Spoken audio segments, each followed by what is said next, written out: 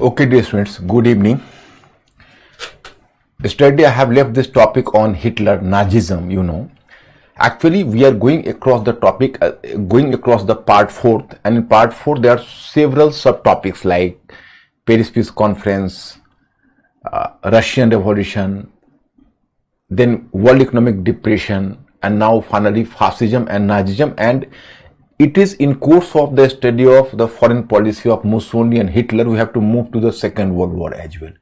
तो आज हम लोग सेकेंड वर्ल्ड वॉर की तरफ भी मुड़ेंगे। तो पहले हम आपको हिटलर की डोमेस्टिक पॉलिसी, जैसे हम प्रीवियस क्लास में मैं राइज की बात कर रहा था, starting from the rise of Hitler we have to discuss about the domestic policy of Hitler, कि how did Hitler, Adolf Hitler did the regimentation of power.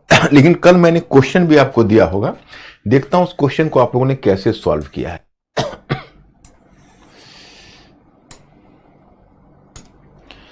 Fascism takes some difference in its form and manifestation in different regions, but still it was having something similar and common. Examine the statement. 150 words. My students, just observe this question. Have you answered this question, or do you need my help? Have you answered this question, or do you need my help? Please give me the information.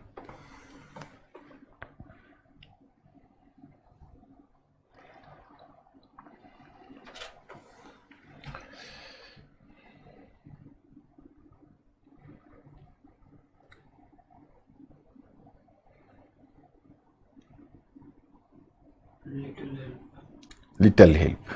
Actually, about the points, and actually 7 to 8 points have already been mentioned.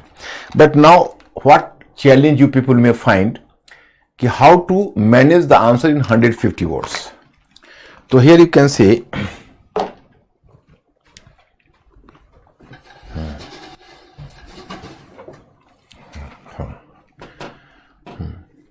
fascism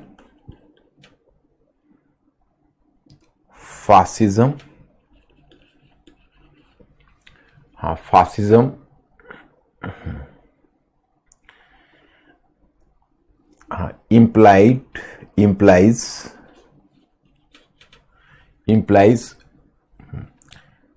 extra nationalism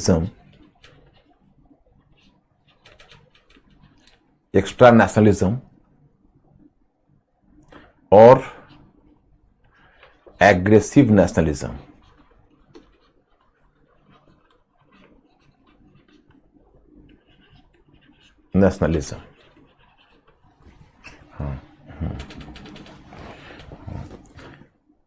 In lofty words of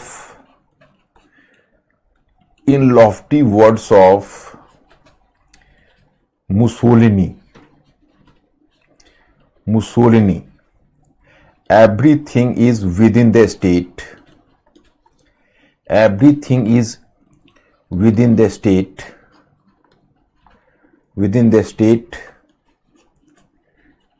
Nothing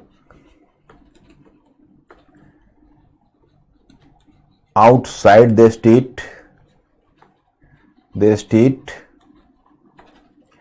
and nothing against the state.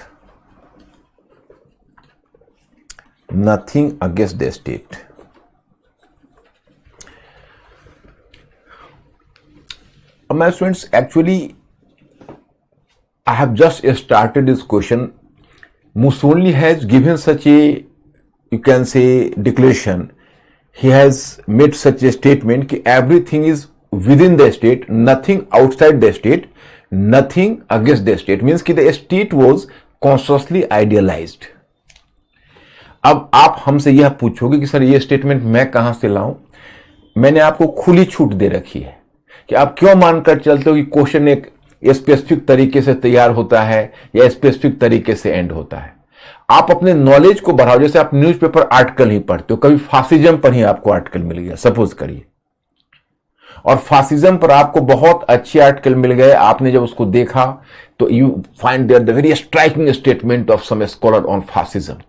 अब suppose you have assimilated the ideas, मैंने तो आपको बिल्कुल से दो चीजें मैंने आपको बताई हुई है। एक तो क्वेश्चन में अच्छे स्टेटमेंट होते हैं, even that can be in questions you can many times you can find the quotable lines, even the quotable lines can help you.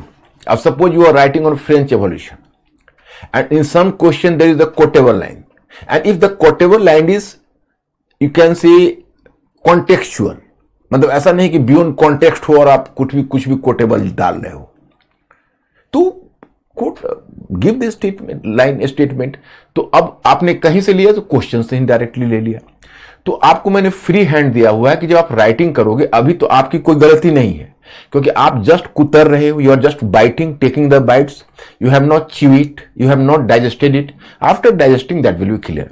अब इसके बाद how to start and how to, हाँ, but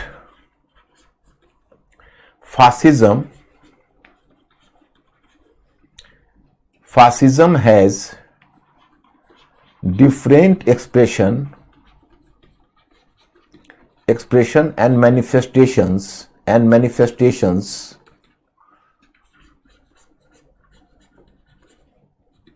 in different region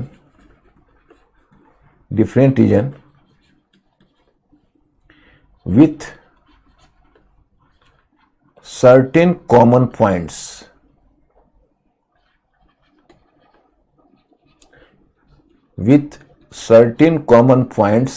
mentioned below.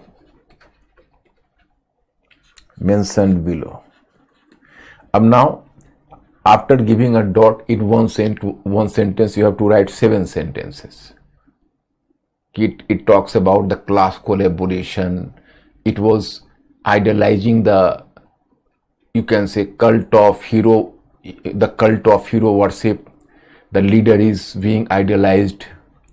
That emphasis over tradition. It promotes aggressive foreign policy, and give the features. That's all.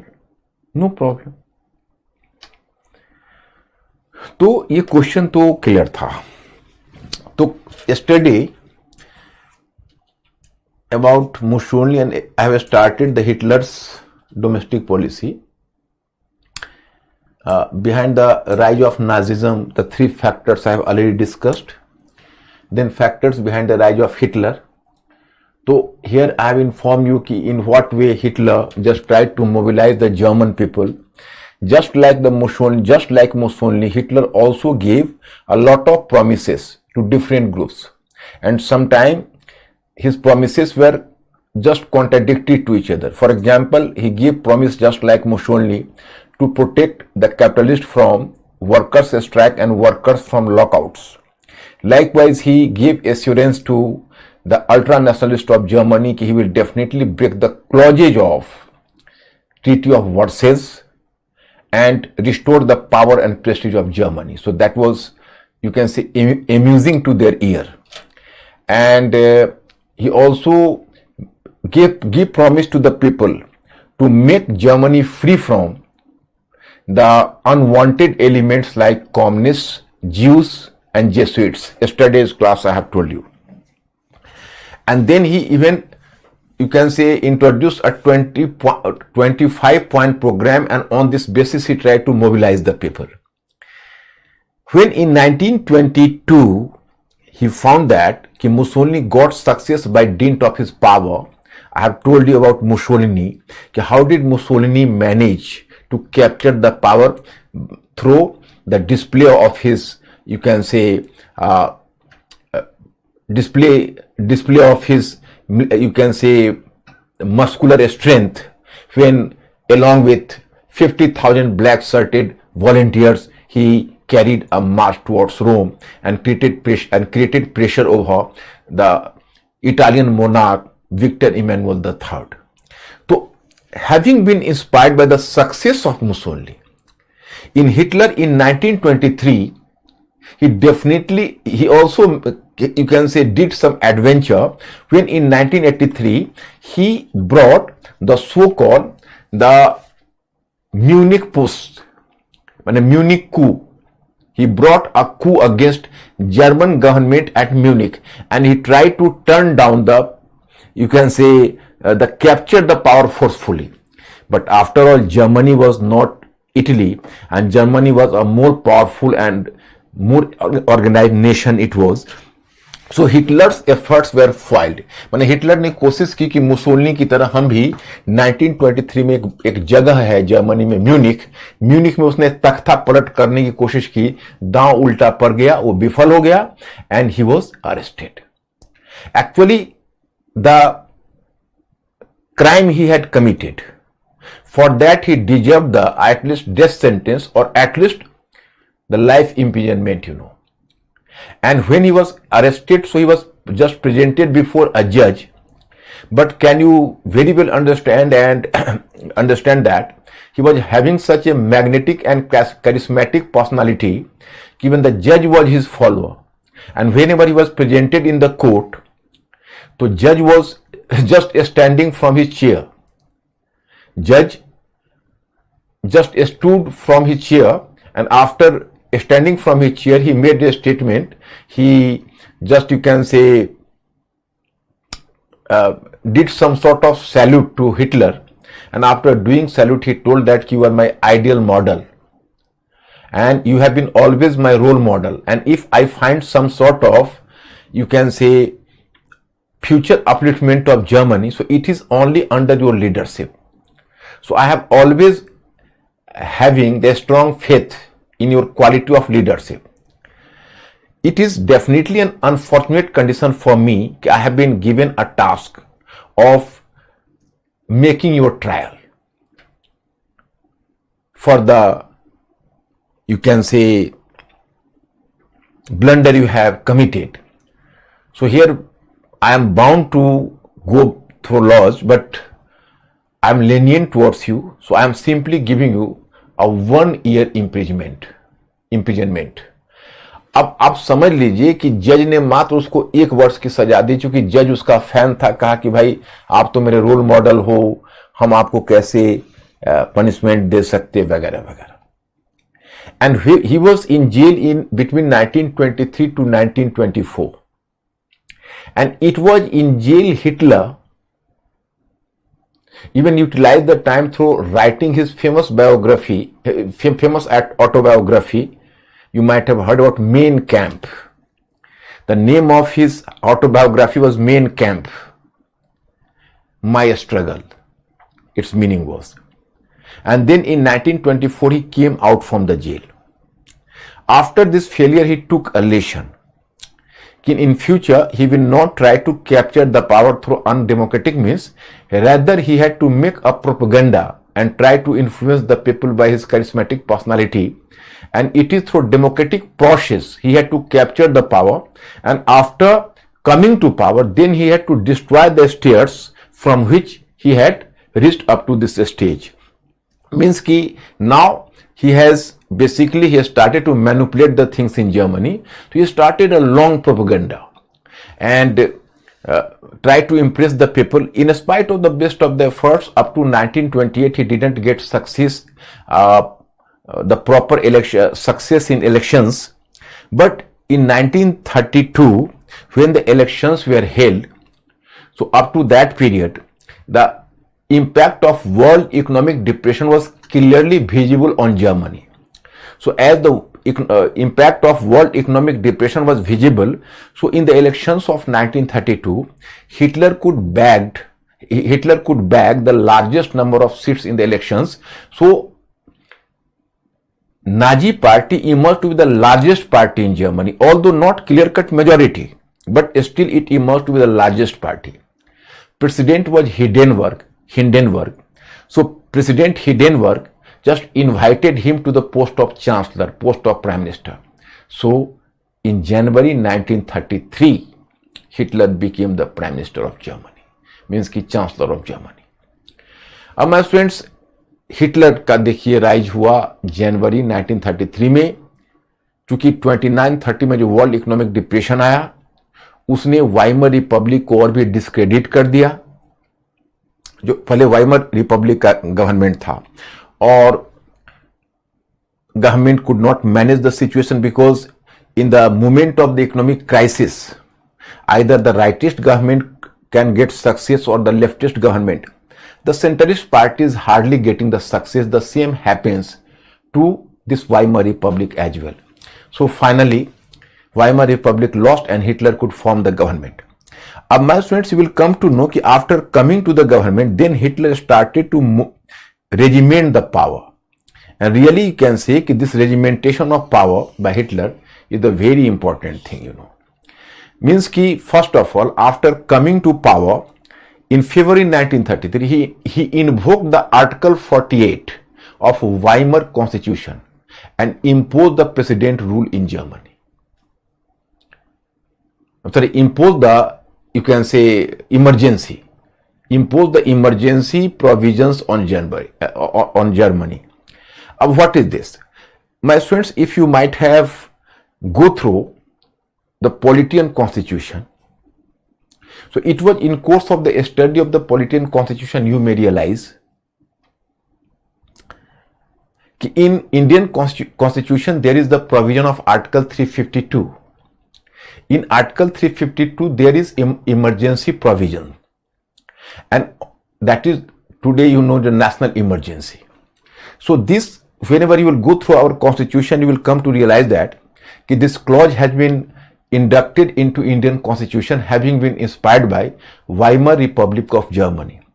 But my students, sometimes the constitutional experts are worried about the fact that it was the Weimar Republic of Germany which was destroyed due to the clause of 48, from which Article 352 of present existing Indian Constitution has been inspired. So they are worried about the fact that maybe in future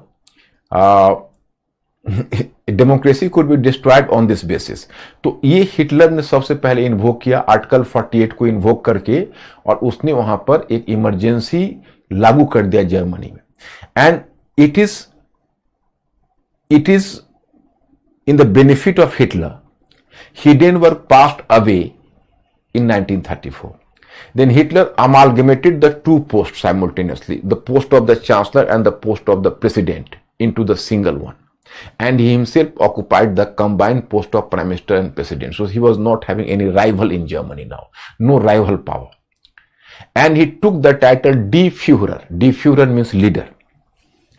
Third one, you can say he in June 1934 carried a purge in party. Purge means उसको कहते हैं हिंदी में शुद्धिकरण. शुद्धिकरण का मतलब होता है कि कई बार क्या होता है कि जो पार्टी हेड बनते हैं, ऐसा स्टालिन ने भी किया था बोल्शेविक पार्टी में.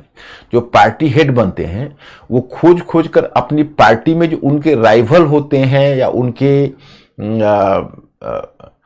जिनसे उनको खतरा होता है उनको रास्ते से हटा देते हैं. तो वो जो रास्ते से हटाने की जो उनकी प्रक्रिया होती है, उस रास्ते से हटाने की प्रक्रिया को कहते हैं basically the great purge. So actually he started the great purge and purified the party. Then you will come to realise that कि इस नाइट को, ये जो घटना हुई इसको night with the long knives कहते हैं, क्योंकि जो कुछ पार्टी के जो वॉलंटियर्स थे वो बेड पर गए सोने, लेकिन फिर वो वापस नहीं जगे, रात में सोए हुए में मार डाले गए. तो उसने एक तरह से पर्ज किया. फिर आपको पता चलता है कि he in order to put control over the strike, मतलब वो हड़ताल पर भी उसने पाबंदी लगा दी. And he created a workers front, and then it is through this front the working class, and through the workers front he brought working class under the control of the Nazi party so that कि workers could not organize a strike independently. तो ये भी उसने workers पर भी control कर लिया. और फिर उसने he started to give subsidies to peasants because he was inclined to win over the support of the peasants, and in Nazi party peasants are having much value because it is believed that कि the greater value is allocated to blood and soil. मतलब Nazi party blood और soil को बहुत importance देता था, इसलिए उसने pageants को बहुत तरजीह दी, बहुत महत्व दिया, इंपॉर्टेंस दिया उसने. अब he created a secret police Gestapo as Mussolini Obra, I have told you yesterday, and Lenin Cheka. So he created a Gestapo, a secret police, and eliminated his enemy. अब देखिए just like Mussolini, because I have told you in fact the guns as well as the educational curriculum or the books, text and guns both combined together creates a complete fascist government. So Hitler also did the same thing. He also brought, you can say, a specific changes in the educational curriculum, and he pressurized the artists and scholars to glorify the state and Nazi party. मतलब अब जो scholars थे, जो artist थे, वो अब Nazi party के tune पर बजते थे, हिटलर के ट्यून पर बजते थे. अब उनका काम ही हो गया था कि भाई नाजी पार्टी और हिटलर को ग्लोरीफाई करें. And then you know it is really he got a major success, although he was not an economist, but unconsciously he introduced the Keynesian model of economy because he established the armament factories. He started to appoint the youth in the army, and he created a public works department and started the massive construction works. So it could provide the large number of employments in Germany, and it is due to this fact you will come to realize that कि German economy could be successfully recovered from the world economic depression. मतलब उसने कोई expert तो नहीं था, लेकिन उसने कुछ ऐसे मेजर्स अपनाए हिटलर ने कि जो जर्मन इकोनॉमी थी वो डिप्रेशन के प्रभाव से निकल गई. अब लेकिन विमेन के प्रति जो उसका बड़ा हार्श मेथड है, if you people might have read in my study material, you might have found a very specific term that have definitely drawn your attention. That is, for women, Hitler prescribed only 3 works: kinder means kids, kirch church, and kuch kitchen. But the women were supposed to work in kitchen, go to church for prayer, and to bear the healthy child for future Germans. Nothing else. So on the higher post, from the higher post, either women were dismissed or at the same work, and with the same work her salary was, you can say, sliced down excessively sliced down. अब उनका तो salary कम कर दिया गया या post से dismiss कर दिया गया. मतलब he was having such a bias against women कि here I am giving the example कि whenever he started, he invaded on Russia, and during the last phase of the Second World War, I will mention about during the last phase of Second World War, when there was the dearth of the proper number of soldiers on the war front. So then his military general just suggested him कि if we can employ 30 lakhs women on the important work post, like important post, okay, say 30 lakh workers in offices, production, and at many places, government jobs, and 30 lakhs males would be freed from the works, and they would be trained as the army, and they will be inducted into the army. Then Germany could have been a better position. But Hitler turned down the proposal because he was so biased against women. तो आप समझ सकते हो कि उसकी सोच कितनी ये थी, संकीर्ण थी, कितना पैरोकियल था. And he adopted a very harsh approach towards Jews on the basis of Nuremberg law. He introduced a Nuremberg law, and he, in one sense, Jews were deprived from citizenship. And from 1938 onwards, riots started against Jews. 1938 onwards में अब Jews के against में riots start हो गया, और citizenship से तो पहले से ही डिप्राइव थे वो. So it was the domestic policy of Hitler. Now I have to discuss about the foreign policy of Mussolini first, and then the foreign policy of Hitler.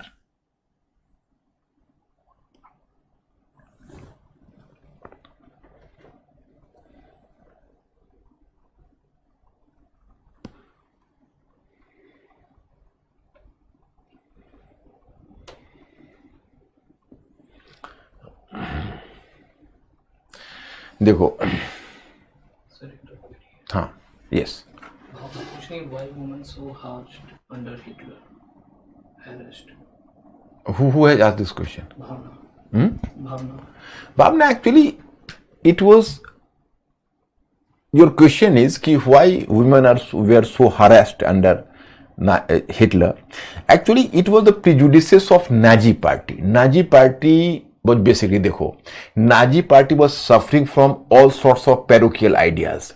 It was racist, it was male dominant, or you can say it was having a strong sense of patriarchy. So Nazi party was suffering from so many prejudices, starting from the racialism, you can say, to even the gender inequality or the patriarchy, a sense of patriarchy, you know. So it is due to this factor. Yes, Mr. गौरव पूछ रहे हैं sir what is Rome Berlin axis? What? Rome Berlin axis. Gaurav, are you not in hurry? After finishing Mussolini's and Hitler's foreign policy, Gaurav, I have to deal with the Second World War, and in Second World War I have given you the 6 causes. You might have gone through my study material, and there is one point, Rome, Berlin, Tokyo axis. Do you think I will not reach there? So please have the patience. Dharmendra पूछ रहे हैं why Hitler hated Jews?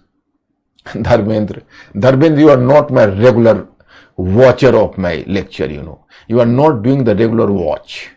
Dharmendra, I am confirmed. Yesterday, I have spent exclusively 5 minutes in order to make you clear why Hitler was having the bias against Jews. And Dharmendra, you are asking the same question. It is going to amply show that either you are mentally not alert or you are watching my lecture occasionally. Dipanshu पूछ रहे हैं what problems of Weimar Republic contributed to the rise of fascism in Germany? Yeah? What problems of the Weimar Republic contributed to the rise of Weimar, huh. Weimar Republic contributed to the rise of fascism in Germany. What problems? Once again. What problems of the Weimar Republic contributed to the rise of fascism in Germany? How did Hitler succeed in becoming father of Germany? First part, once again repeat. What problems of the Weimar Republic contributed to the rise of fascism in Germany? Okay. Yeah, just one. Who asked this question? Dipanshu. Weimar Republic have asked the question what problems the Weimar Republic, contributed to the rise of Hitler.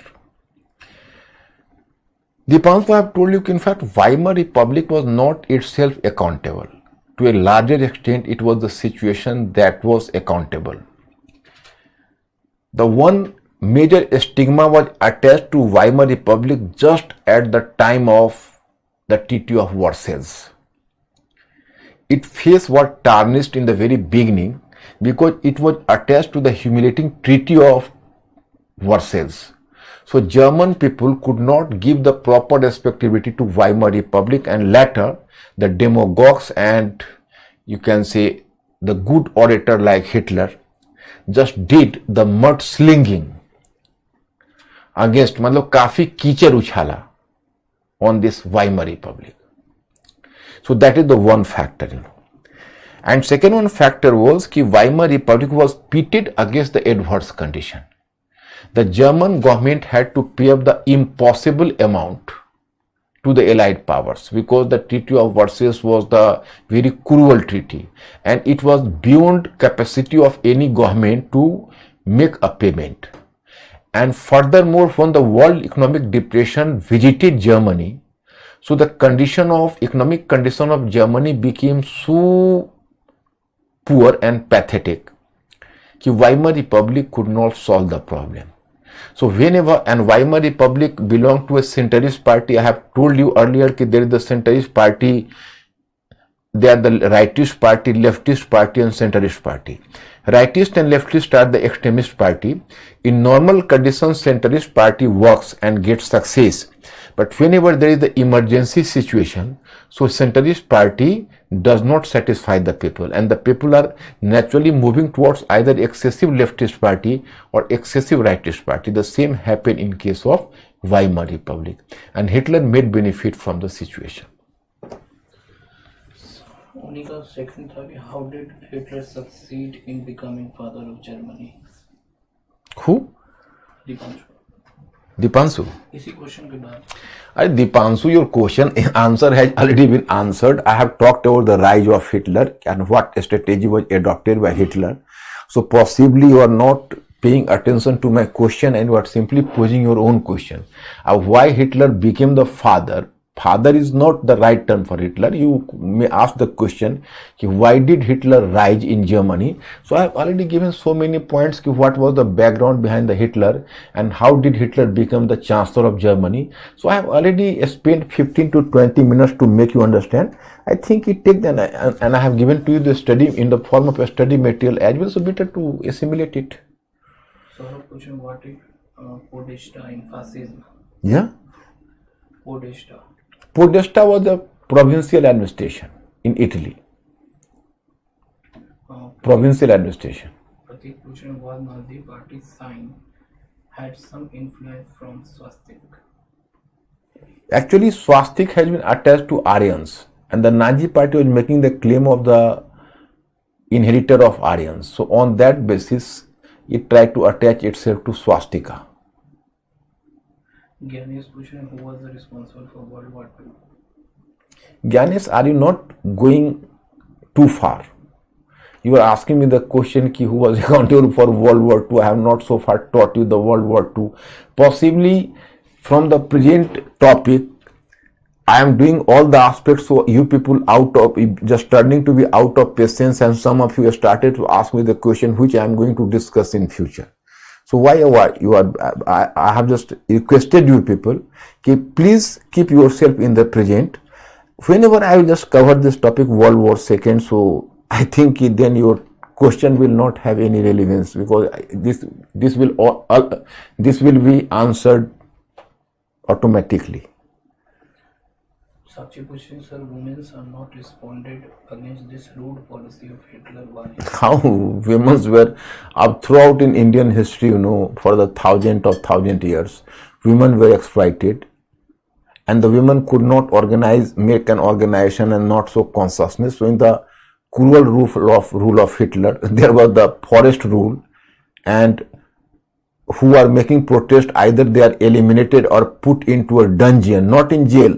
ऐसे तहखाने में रख दिए जाएंगे कि जीवन में निकल नहीं पाएंगे. अब बताओ आप, ये कौन वुमेन डेयर करती हिटलर को प्रोटेस्ट करने का?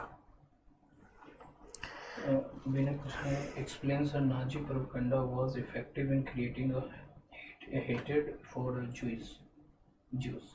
हाँ, तो प्रोपेगेंडा हुआ तभी तो 60 लाख.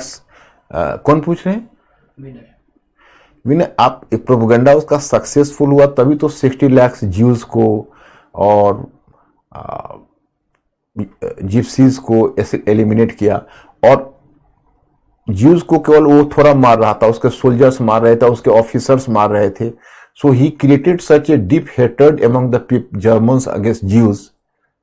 तो ये पॉलिटिक्स ऑफ जो हेटर्ड है, ये तो राइटिस्ट पार्टी का एक लक्षण होता है. एक एनिमी को इन्वेंट करता है और उसको टारगेट बनाता है, और उसी एनिमी को टारगेट बनाने के क्रम में अपनी पॉपुलैरिटी गेन करता है. अनन्या पूछ रही है, sir, is there any similarity between Nazism and fascism? दोनों तो एक ही है. Nazism is the part of fascism itself.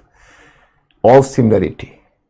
और ऑसम पूछ रहे हैं, Nuremberg law, please tell something about it. Nuremberg law was a specific law, and in this law there was a provision of depriving the Jews from citizenship. So it was called Nuremberg law, nothing else. Now I have to discuss about Mussolini's foreign policy first, and then Hitler's foreign policy. Now this is my student, this is Italy, this is Adriatic Sea, this is Yugoslavia, this is Greece, there may be some sort of fume port, you know. So after coming to power, Mussolini made a target कि we have to systematically break the provisions of the Treaty of Saint-Germain and to restore the power on prestige of Italy. मतलब Italy के बारे में मैंने आपको बताया ही है कि जो इटली हो अपने को lost up and cheated feel करता था। उसको लगता था कि पेरिस पीस कॉन्फ्रेंस में सेंट जर्मेन की ट्रीटी हुई, मतलब उसको लगता था कि हम फर्स्ट वर्ल्ड वॉर में पार्टिसिपेट किया, इतना हमने मैन पावर और मटेरियल को खोया और बदले में हमें क्या मिला। तो एक तो सेंट जर्मेन की ट्रीटी के क्लॉजेज को भी ब्रेक करना चाहता था और इटली के लॉस्ट ग्लोरी और पावर को फिर रिस्टोर करना चाहता था, first one. And the second one, you know, he targeted to create a vast empire in Adriatic Sea or Mediterranean Sea and Africa. So it was also his target. अब my students, after coming to power, because देखो अब it is inherent in the fascist policy कि actually the domestic policy of a fascist leader always succeed on the basis of his success on the front of foreign policy, or aggressive foreign policy is inherent in the fascist model. So Mussolini started an aggressive foreign policy. In 1924, Mussolini, actually what happened, so Italy was grieved because in Treaty of Saint-Germain, when Italy demanded the Fiume port, but Fiume port was supposed to be a disputed region. This is Yugoslavia. Fiume port was supposed to be a disputed region, you know, Yugoslavia. Fiume port was supposed to be a disputed region between Yugoslavia and Italy. So Fiume port was declared to be an independent port. In 1924, Mussolini concluded a treaty with Yugoslavia and captured Fiume port. So Mussolini's power and prestige, you can say, power and prestige increased sharply. अब उसने देखो जो पहले Paris peace conference में जो fume port नहीं मिला, Mussolini ने 1924 में ले लिया. Likewise, you can say in Paris Peace Conference, Italy had demanded, or Italy had placed a demand for the, you know, for the, this is Albania, for its patronage on Albania. मतलब ये demand किया कि हमें Albania का संरक्षण दीजिए. But Paris Peace Conference turned it down. But in 1927, you know, on the basis of the Treaty of Tirana, in 1927, he already got the control over Albania, and Albania came under the patronage of Italy. अब देखो दो success मिला, एक तो fume port मिल गया Mussolini को, दूसरा Albania पर संरक्षण ले लिया जो उसको पेरिस पीस कॉन्फ्रेंस ने नहीं दिया था. तो मुसोलिनी की जो प्रेस्टीज था वो तो इटली में आसमान छूने लगा. अब now Mussolini was having his greedy glance over Greece. So in Greece he invaded Corfu region. But Britain was going to be very harsh and very, you can say, tough towards Italy. And Britain gave a warning to Mussolini either to withdraw from Corfu or to face the consequences. So Mussolini was compelled to withdraw from Corfu region, but in compensation he took 5 crore lira from Greece. मतलब उसने कोरफू को तो खाली कर दिया, परंतु अपने compensation amount के रूप में एज कंपनसेशन ही टुक 5 करोड़ लीरा उसका करेंसी थी. तो इस तरह से उसको फॉरेन पॉलिसी में सक्सेस मिलने लगा. अब मैं students here you have to observe one thing. This is Germany, this is Italy, you know, and this is France. तो actually earlier the France was having rivalry with Italy. अब देखो France का Italy से rivalry क्यों थी, मैंने बहुत पहले आपको बताया था, याद है कि बिस्मार्क ने जब इटली को पार्टनर बनाया था तो बिस्मार्क ने जानबूझ के फ्रांस और इटली के बीच क्लीवेज पैदा किया था ताकि इटली जर्मनी के फैक्शन में आ जाए. याद करिए, जर्मनी के ब्लॉक में आ जाए, ग्रुप में आ जाए. एंड देन Bismarck provoked France to capture Tunisia. And once France captured Tunisia, then very cleverly and tactfully, Bismarck, you can say, caught up Italy and brought Italy successfully into its own group, its own military bloc. तो अब France के साथ तो जाहिर है कि Italy को पहले से राइवलरी थी, लेकिन अब you will find the new turn, क्योंकि 1933 में in Germany there was the rise of Hitler. In 1933, in Germany, there was rise of Hitler. As there was the rise of Hitler in Germany, so it created apprehension in France. Because Hitler का, देखो France की तो मजबूरी थी कि France unification of Germany के बाद France Germany का मुकाबला कर ही नहीं सकता था. So France was always searching a partner. France was always searching a partner कि European order should have been maintained. So France looked towards Mussolini, and earlier France decided to use Mussolini against Hitler. And here I have to inform you that initially this is Italy, this is Italy, this is Germany. So earlier Mussolini was rival to Hitler.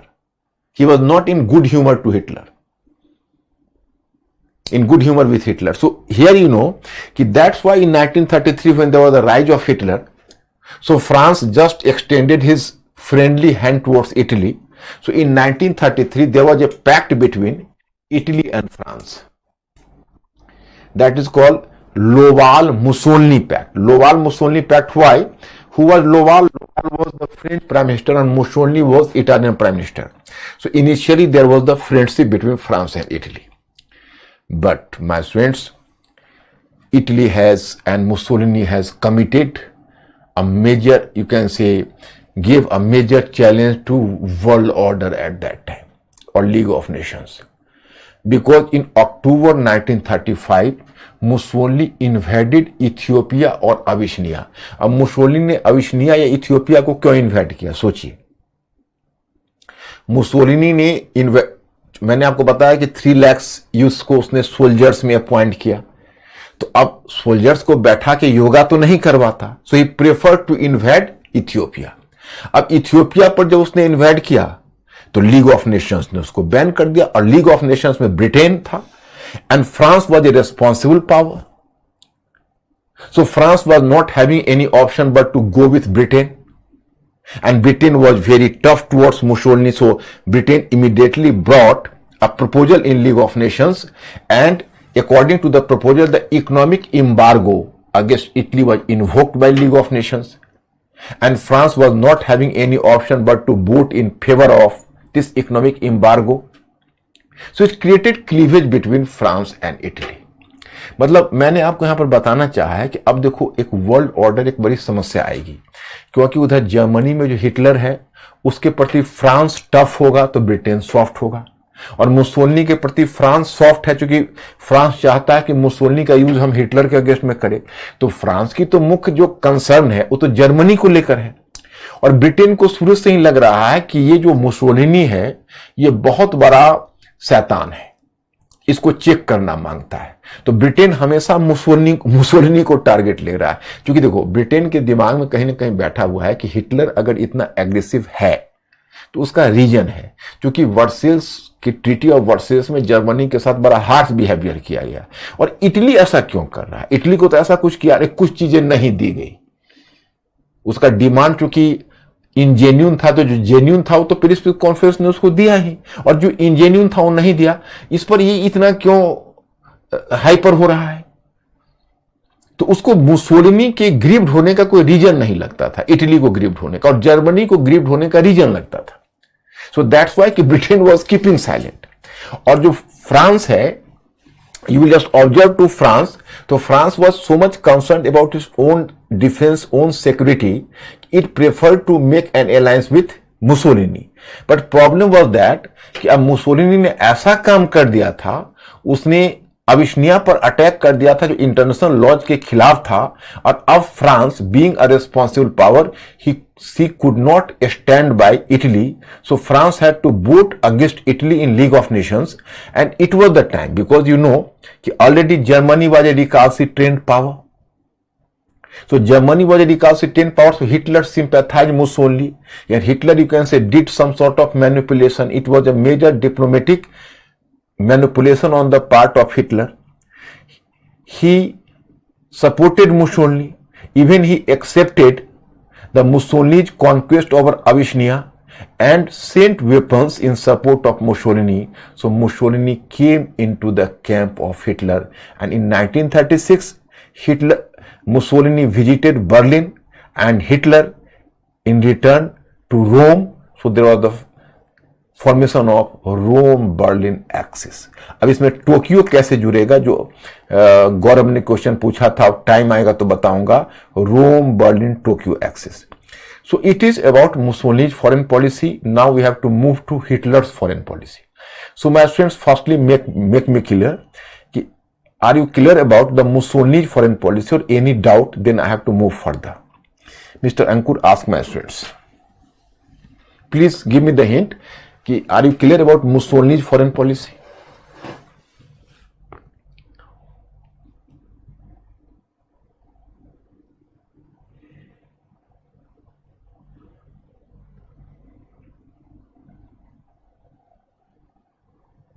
Please, my students, be fast.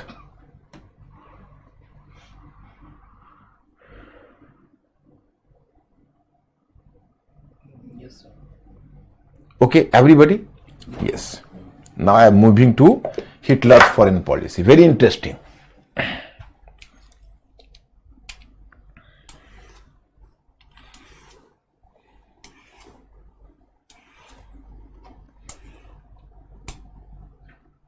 Amrish कह रहे हैं कि sir मुझे समझ तो आता है जो आप पढ़ाते हैं, पर उसे क्लास के बाद उतना याद नहीं रह पाता, क्या करें? Amlesh. Okay, Amlesh, I am replying your question.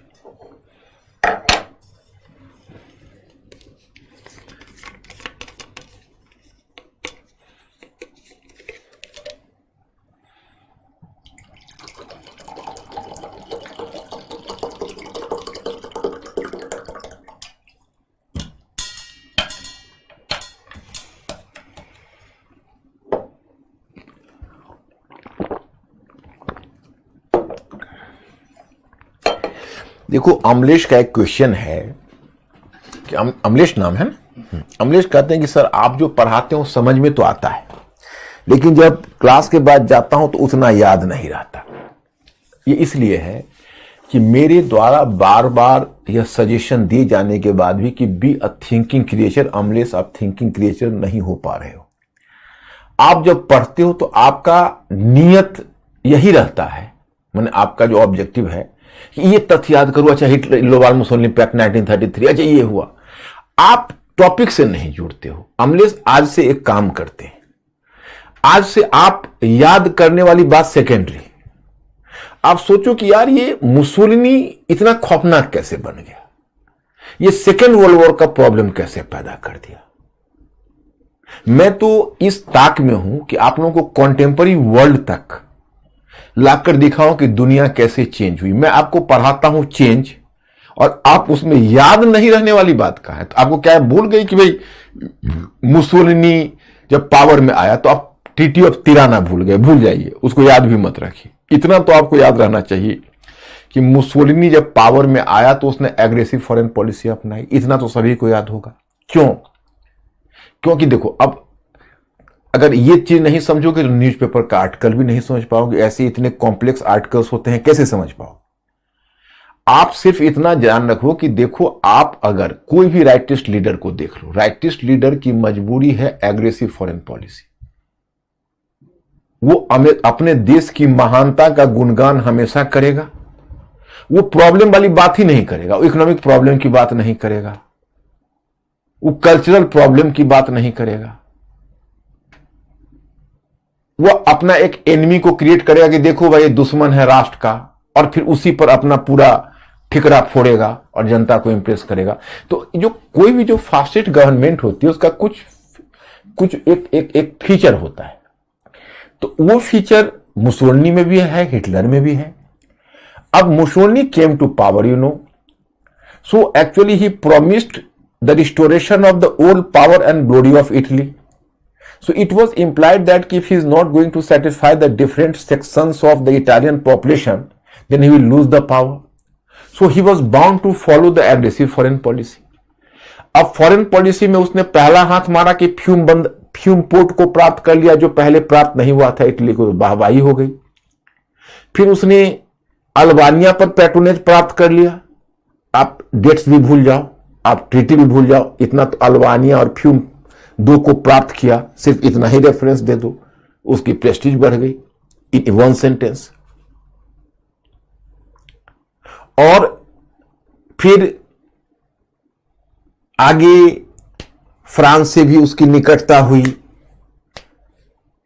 पहले एलाइड पावर्स के फ्रांस के निकट आया, लेकिन उसकी मजबूरी थी कि उसको एग्रेसिव फॉरेन पॉलिसी तो चाहिए, आर्मी को एंगेज करना है, तो इथियोपिया पर अटैक कर दिया, तो फ्रांस से उसका क्लीवेज हो गया। उसी समय हिटलर ने फायदा उठाया। पहले फ्रांस ने चाहा कि हिटलर के अगेंस्ट में इसका इस्तेमाल करे, अब हिटलर ने ही एलाइड पावर्स के अगेंस्ट में मुसोलिनी को अपने कैंप में ले आया और रोम बर्लिन एक्सिस बन गया। तो मतलब तुम यह गौर करके अमलेश देखना है कि कैसी कैसे चेंज हो रहा है, ये फासिस्ट पार्टी क्यों सक्सेसफुल हो रही है, कैसे इटली में क्या क्या ये कर रहा है। अब देखो जर्मनी में हम आपको बताएं, जर्मनी में जब फॉरेन पॉलिसी के ऑब्जेक्टिव्स की बात होगी, तो हिटलर जब पावर में आया है, तो right from the very beginning Hitler was giving the first slogan, you have to break the clauses of the treaty of Versailles and restored the old glory of Germany. So that is the first objective of the foreign policy of Hitler. अब if you will observe the foreign policy of Hitler, तो Hitler consciously, you can say, Hitler consciously tried to give emphasis over some racist policy. जैसे उसने एक book लिखा था, secret book, तो उसमें racial discrimination की पॉलिसी बनाई। अब हिटलर ने जानबूझ के अब देखो जर्मन पीपुल को इंप्रेस करने के लिए क्या प्रोपेगेंडा करता है, अब सब प्रोपेगेंडा है उसका एक्चुअल केवल ऑब्जेक्टिव यही है कि हम जो वर्सेल्स की ट्रीटी में जर्मनी के साथ जो भी इनजस्टिस हुआ है उसको हम ठीक करेंगे और जर्मनी को हम ओल्ड ग्लोरी पर लाएंगे, बाकी सब प्रोपेगेंडा है। अब जैसे देखो उसने एक रेसिस्ट पॉलिसी अडॉप्ट किया, और रेसिस्ट पॉलिसी अडॉप्ट करके अपना उसका जो सीक्रेट बुक उसने बुक लिखी है, वो अपना रचना, तो सीक्रेट बुक में उसने लिखा कि भाई देखिए जो स्लाव कहते हैं रशियंस को, कि जो स्लाव पीपुल है उसने यूरोप के एक बड़े भाग पर कब्जा करके बैठा हुआ है। जैसे मैंने उसका कहना था कि German was a pure race, so Germans were the pure race, you know, so Germans deserve a larger chunk in Europe, and Slav is the race, you can say Russia, you know. So Slav was an inferior race, but it has occupied a larger region than it deserved. और इस basis पर उसने क्या किया कि मतलब ये propaganda करना शुरू किया कि मैं जर्मनी का एक्सपेंशन करूंगा। थर्ड वन, यू नो,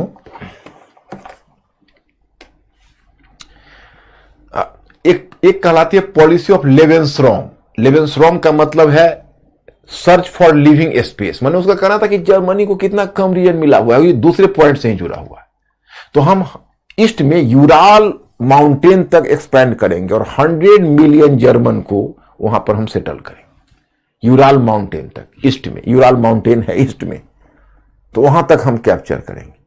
ये प्रोपेगेंडा है इंप्रेस करने के लिए। And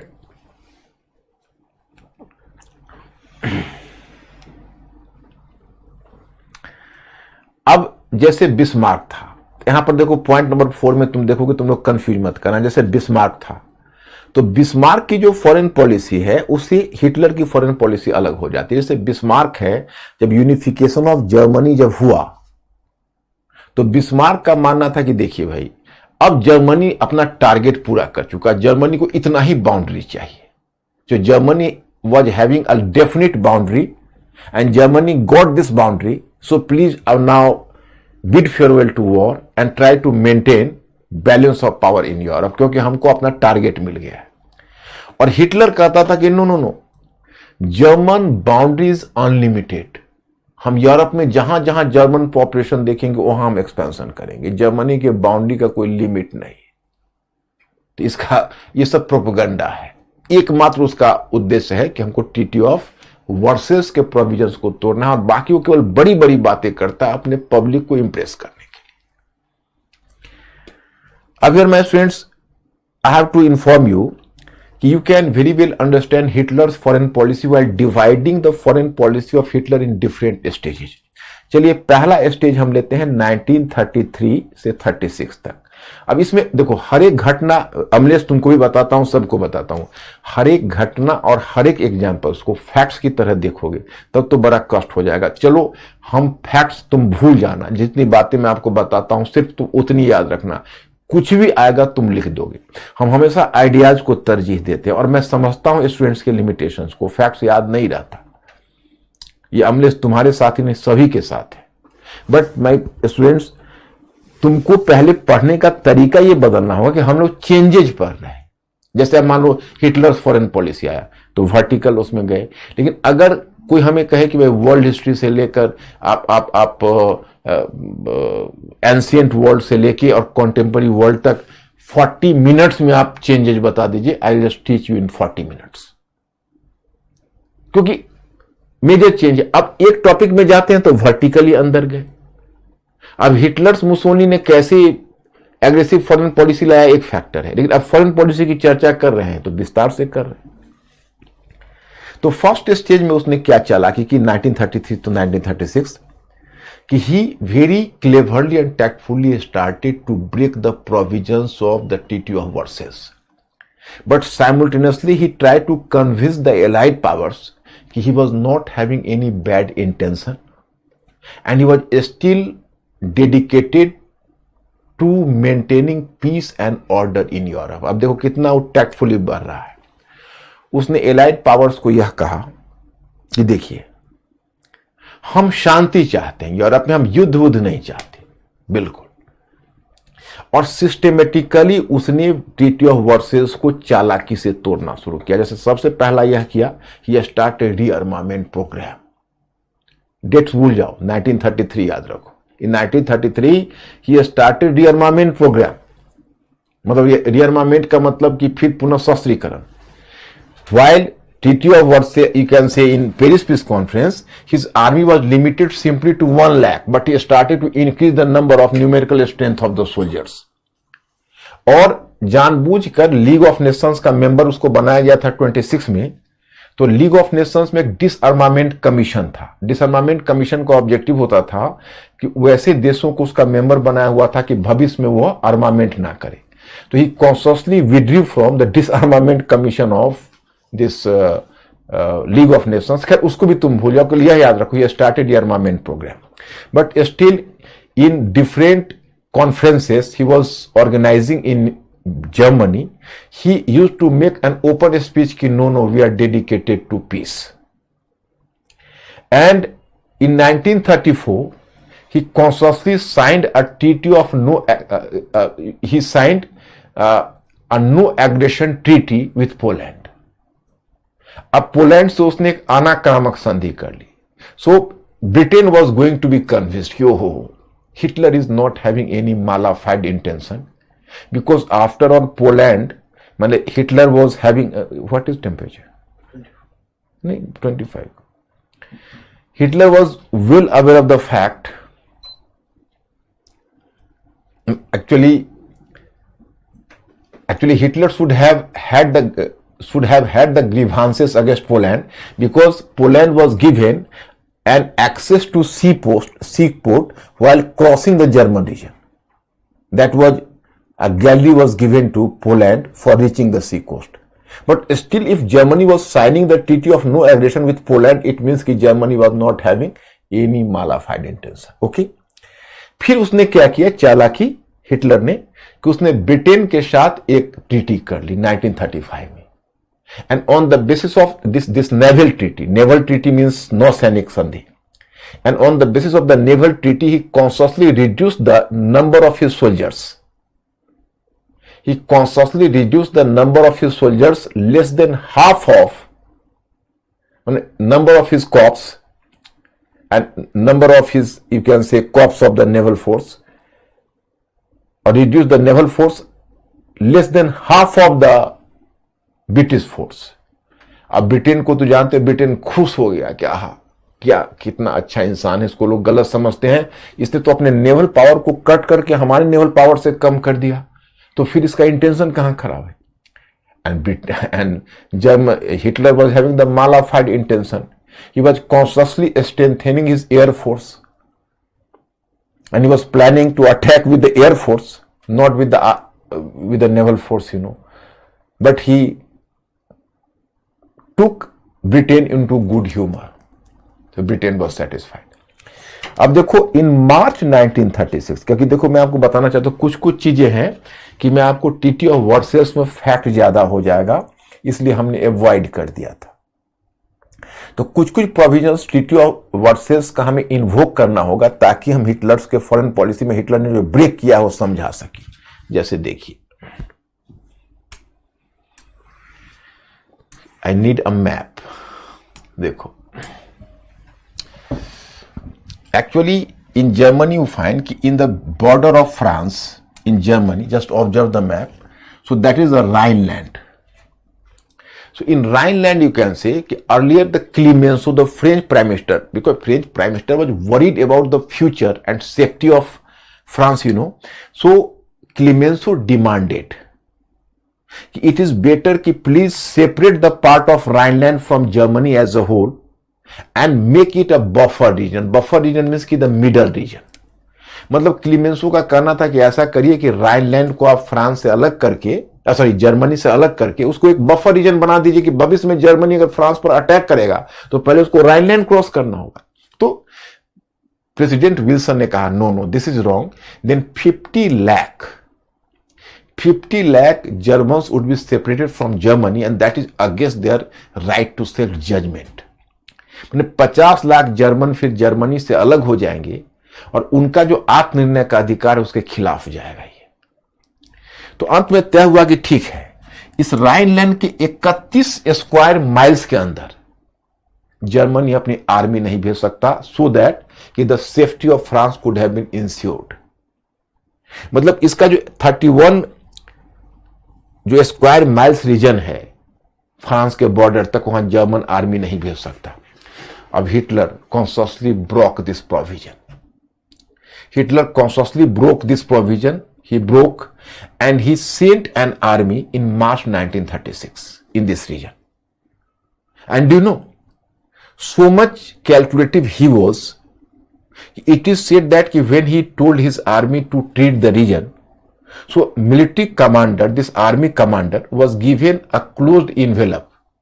If there is any protest from the side of Allied powers, so before taking any action, you have to open the envelope and read the order first, then you have to act according to the order. When this army treated the region, no protest from the side of Allied powers, because actually Allied powers were themselves dissolved. America returned to its own continent and there was much differences between France and Britain. Britain was taking Mussolini, a bigger villain, and France to Hitler, so they are not having the common perception. So that's why no protest from the side of Allied powers. So this military commander was not compelled to open the envelope. But it is still a matter of curiosity for the scholars and historians what was closed in this envelope. So some critic viewed and some critic has given the reference in this envelope there was an order, and in this order there was a clear cut instruction कि return back fastly.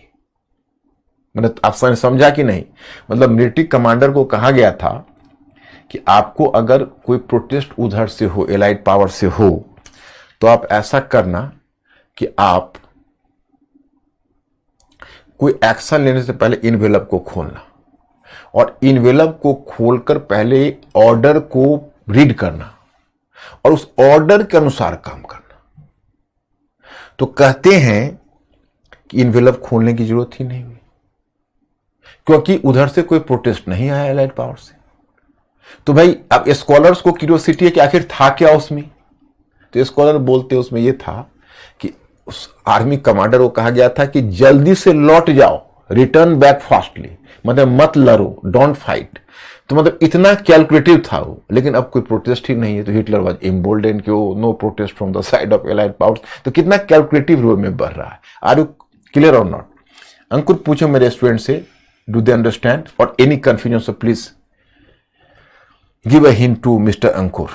आप लोगों के लिए समझना और enjoy करना आवश्यक है। देखिए घटनाक्रम को समझिए, कैसे मुसोलिनी की फॉरेन पॉलिसी हुई, कैसे हिटलर की फॉरेन पॉलिसी हुई, कैसे वर्ल्ड वॉर हुआ। इन नेचुरल कोर्स में आपको क्यूरियोसिटी होनी चाहिए। केवल ये करके मैं ये याद कर लूंगा, इससे नहीं होता है। ये सोशल साइंस वैसा पढ़ने की चीज ही नहीं है, ये बहुत अलग तरह की चीज है।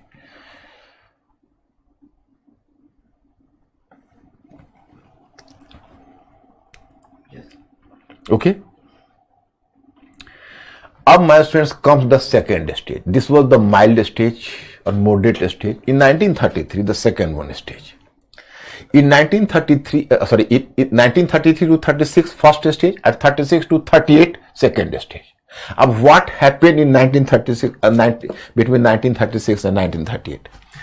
अब my student, this is Austria, but this Austria, you are observing this Austria as the part of Germany, but initially this Austria was separate from Germany. Earlier you can say this Austria was separate from Germany. You can take here the Austria, and this one, you know, Germany. So actually what happens? It happens that I have told you कि Habsburg Empire was dissolved in Paris Peace Conference। मैंने Habsburg Empire को भंग कर दिया गया था, आपको बताया है। So my students, once again I am doing that some sort of testing. Please reply to Mr. Ankur कि when this Habsburg Empire was dissolved, जो हैब्सबर्ग एम्पायर को जब डिवाइड किया गया था फर्स्ट वर्ल्ड वॉर के पेरिस पीस कॉन्फ्रेंस में, मतलब सेंट जर्मन की ट्रीटी में, तो उससे कितने नेशन निकल कर आए थे? मतलब कौन कौन रीजन को किस में मिलाया था, नहीं, नेशन एग्जैक्टली कितने निकल कर आए थे? So please inform me, be fast.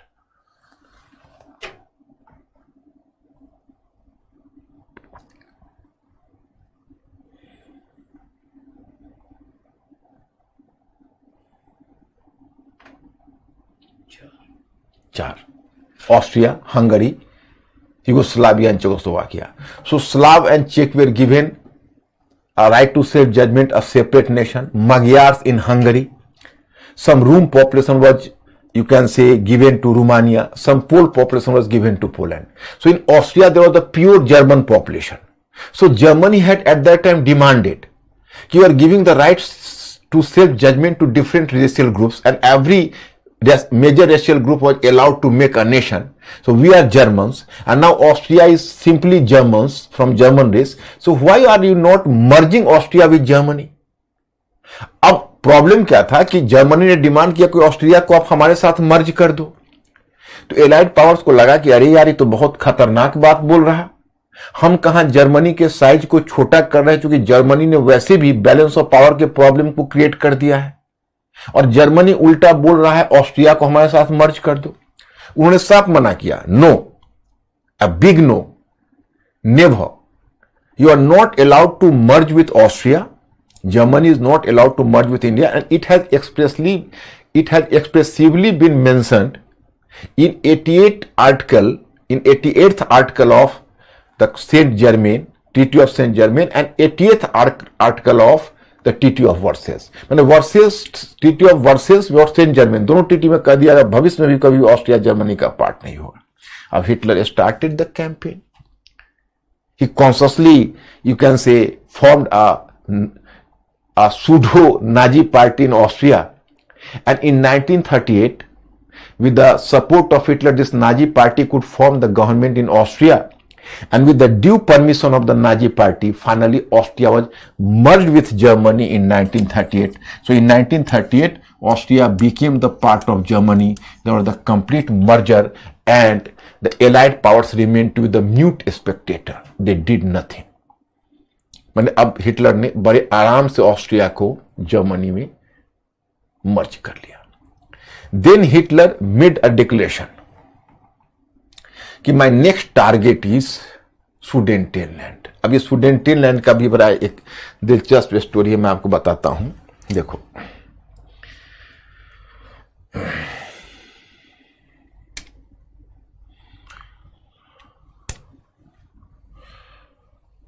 देखो, जब फर्स्ट वर्ल्ड वॉर में जब यूगोस्लाविया को फॉर्म किया गया था, यूगोस्लाविया आपको पता है, तो in course of the forming Yugoslavia I have to inform you कि देखो ये सॉरी यूगोस्लाविया, चेकोस्लोवाकिया, जब यूगोस्लाविया को जो फॉर्म किया गया था, लेकिन जब ये यूगोस्लाविया है, लेकिन चेकोस्लोवाकिया को जो फॉर्म किया गया, so in formation of Czechoslovakia my students 30 lakh Germans, the 30 lakhs Germans were living in the region of Sudetenland.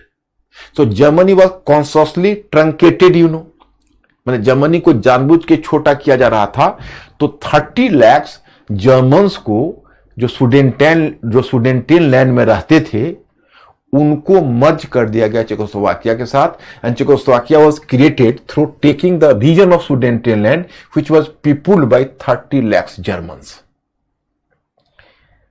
तो अब हिटलर ने डिक्लेयर किया कि now we have to annex Sudetenland. अब तो ब्रिटेन और फ्रांस दोनों डर गए कि अब अगर ये तो बिल्कुल से वर्सेस ऑफ ट्रीटी को बिल्कुल ही धज्जियां उड़ जाएगी. So at that time British prime minister was Chamberlain, and Chamberlain believed in the policy of appeasement. Policy of appeasement को हिंदी में कहते हैं तुष्टीकरण की नीति. Means कि Chamberlain was convinced about the fact that if Hitler would be allowed to vent his discontentment, so it is simply the grieved German nationalism. Once grieved German nationalism was allowed to vent itself, a time will come कि it will be settled, and then Germany would maintain peace and harmony in Europe. तो कहीं ना कहीं Chamberlain को यह विश्वास था कि भाई देखिए, अगर ये ग्रीव जर्मन नेशनलिज्म है, थोड़ा सा उनको हम एक्सप्रेस करने देते हैं, हम सेटल कर जाएंगे. और दूसरी ये भी बात थी, फर्स्ट वर्ल्ड वॉर में इतना नुकसान हो गया था विक्टर पार्टी को भी कि फर्स्ट वर्ल्ड वॉर के बाद एक परसेप्शन आ गया था कि वेदर यू आर विक्टर और vanquished party, but in the war both the parties are equally loser. यानी वॉर में सभी हारते हैं. तो इसलिए अब ब्रिटेन वॉर नहीं लड़ना चाहता था, और ब्रिटेन को कहीं ना कहीं एक सेंस ऑफ गिल्ट भी था. उसको लगता था कि भाई देखिए, हम लोगों ने मिलकर इसको ट्रीटी ऑफ वर्सेस में ज्यादा पेनलाइज कर दिया, इतना पेनलाइज नहीं करना था, इसलिए थोड़ा चलो अगर इसका है तो नुकसान चलेगा. तो British prime minister Chamberlain talk to French prime minister Daladier, and both Chamberlain and Daladier both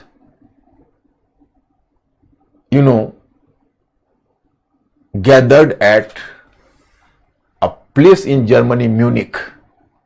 And in Munich, from that side, fascist party, Hitler and Mussolini attended the conference. So there was a Munich Treaty. This is known in history, the Munich Treaty, 1938, Munich.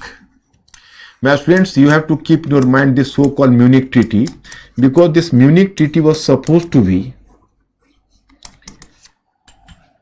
a virtual sellout of Czechoslovakia to the hand of Germany. Even sometime in the newspaper article you will read about the Munich Treaty. माने Munich treaty को माना जाता है कि virtually ये sell out था, क्योंकि जो ऑस्ट्रिया है वो ऑस्ट्रिया को वर्चुअली बेच दिया गया. And this is the climax of the policy of appeasement. मतलब, और हिटलर ने वहां पर भी टैक्टफुली मैनेज किया. हिटलर ने चेम्बरलेन को और डेलेडियर, जो फ्रेंच का प्राइम मिनिस्टर था डेलेडियर, तो उन दोनों को ये एश्योर किया कि आप लोग विश्वास करें, यह हमको यूरोप में हमारा लास्ट टेरिटोरियल डिमांड है. मतलब he try to convince both the you can say leaders कि this is my last territorial demand in Europe. और तब क्या हुआ, पूरे यूरोप सन, पूरी दुनिया सन रह गई. सुडेटेनलैंड को काटकर जर्मनी को दे दिया गया. इट वॉज मतलब against the wills of Czechoslovakia. Czechoslovakia को एक तरह से कुतर दिया गया, मतलब उसको बाइफरकेट कर दिया गया. At that time, you can say Jawaharlal Nehru, because in 1936 his wife Kamala Nehru passed away in Switzerland hospital, and then Jawaharlal Nehru was feeling a sense of loneliness, and along with his daughter Indira, he went to Europe, and he was in 1938 in the same European visit.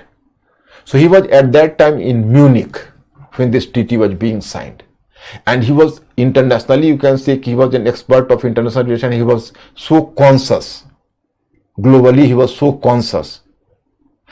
You might have heard about a text, Glimpses of the World History, he wrote. So during the earlier phase, I have gone through this. This is a voluminous book. I have gone through it, Glimpses of the World History. In the first phase, he simply, went up to 1933. But after 1933, he added some new chapters, a single one chapter in 1930, after the Treaty of Munich. So he completed his book in 1938, and the last chapter is exclusively given to this Treaty of Munich. कि Munich treaty is the virtual sell out. ये Hitler को खुश करने का तरीका था. उस समय अकेला जो ब्रिटिश लीडर था मिस्टर चर्चिल, वो बार बार कह रहा था कि आप लोग एडोल्फ को गलत समझ रहे हो, ये वॉर जरूर करेगा, ये छोड़ेगा नहीं, बैठेगा नहीं, इसको खुश करने का सारा प्रयास बेकार है. And after signing this treaty, then Chamberlain, British Prime Minister, returned to London when he was boarded out of his plane in London. So while addressing the journalist, he told that we have brought honorable peace from Munich. Honorable peace. He used the phrase. So Churchill retorted, it is neither honorable nor peace. Only time will prove it. और वही हुआ. जानते हो क्या हुआ? In March 1939, this is the last and aggressive stage of foreign policy of Hitler started. और in March 1939, Germany captured whole of Czechoslovakia. So जो whole of Czechoslovakia को कैप्चर कर लिया, तब चैम्बरलेन वगैरह भी स्टंट रह गया कि भाई सुडेटेनलैंड को आपने कैप्चर किया तो समझ में आती है कि जर्मन पॉपुलेशन था, और चेकोस्लोवाकिया के बाकी पार्ट उसमें तो चेक और स्लाव थे, उसको आपने क्यों अनेक्स किया? Then Chamberlain came to the conclusion that and Daladier कि it was not gripped German nationalism, rather it was German imperialism which is venting itself in Hitler's foreign policy. अब उन लोगों को लग गया कि अब अगला निशाना इसका पोलैंड होगा. तब ये दोनों भी संभल गए and they signed a treaty with Poland and give the guarantee of security to Poland. और हिटलर को एक तरह से वार्निंग दी कि अगर अब आप पोलैंड में आए तो हम लोग बियर नहीं करेंगे. अब यहीं से मैं स्टूडेंट सेकेंड वर्ल्ड वॉर का बैकग्राउंड तैयार हो जाएगा. तो सेकेंड वर्ल्ड वॉर के बाकी कॉजेज भी 6 से वो हमको डील करना है, और सेकेंड वर्ल्ड वॉर का कोर्स ऑफ एक्शन आपको समझाना है. और कल मैं एक स्टडी मटेरियल भी आप नहीं, कल तो आपका हॉलीडे है, हाँ कल बकरीद है तो कल छुट्टी है आपकी, जैसा इंफॉर्मेशन है ना, कल छुट्टी है तो अब तो परसों. लेकिन मैं मैटर तो भेज ही सकता हूँ क्या? ऑफिस खुला रहेगा ना तो चला जाएगा क्या? हाँ तो मैटर मैं कल ही भेजने की कोशिश करूंगा और परसों मैं क्लास लूंगा तो मैं आपको ये डील करूंगा. पहले ये बताओ अंकुर की आर दे क्लियर और not? Ankur, inform me please my students, inform me.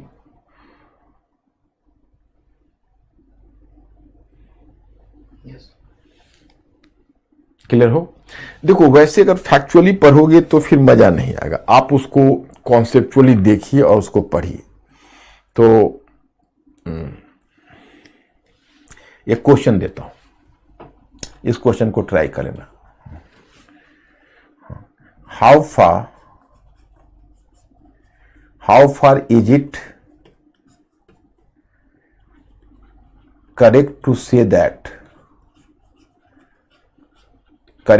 That how far is it correct to say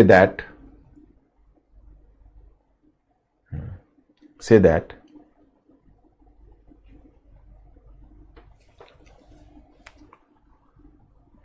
कि हिटलर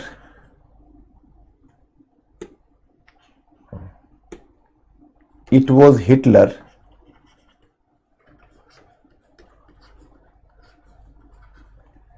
who was accountable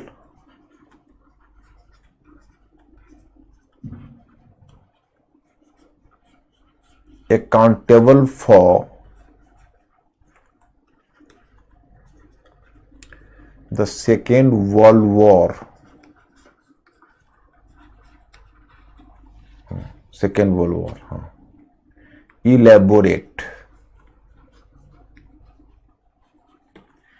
अब मेरे पूरे स्टडी मटेरियल को पढ़ना, सेकेंड वर्ल्ड वॉर, इस क्वेश्चन को आंसर करने की कोशिश करना, and it is within your reach. Ankur, my students are clear और नॉट? Any difficulty? कोई क्वेश्चन इनका है? Yes. क्या है? Clear. क्लियर है माय स्टूडेंट्स? देखो, आप अगर फैक्चुअली देखोगे तब तो बोर हो जाओगे, बोर नहीं होना है, मजा आना चाहिए, मजा नहीं आए तो फिर याद नहीं रहता है। मैं तो खुद इसका, देखो, अगर मुझे तुम कहोगे कोई बोरिंग चीज पढ़ने को तो मुझे याद ही नहीं होगा। अब ये देखना है कि देखो इतना बड़ा वर्ल्ड वॉर, ये वर्ल्ड वॉर क्यों हो गया भाई? कौन रिस्पॉन्सिबल था? मुसोलिनी रिस्पॉन्सिबल है, हिटलर मुसोलिनी है, एलाइड पावर से रिस्पॉन्सिबल है। ये अब एक टॉपिक को पढ़ो और उसको सोचो कि इस चेंज कैसे हुआ, पेरिस पीस कॉन्फ्रेंस ने कैसे, रशियन रेवोल्यूशन ने दुनिया को कैसे बदला, वर्ल्ड इकोनॉमिक डिप्रेशन ने कैसे बदला। अरे इतना इंटरेस्टिंग है, आप पढ़ो तो इंटरेस्ट के साथ। Okay my students, be positive, confident. I will see you the day after tomorrow. Thank you very much.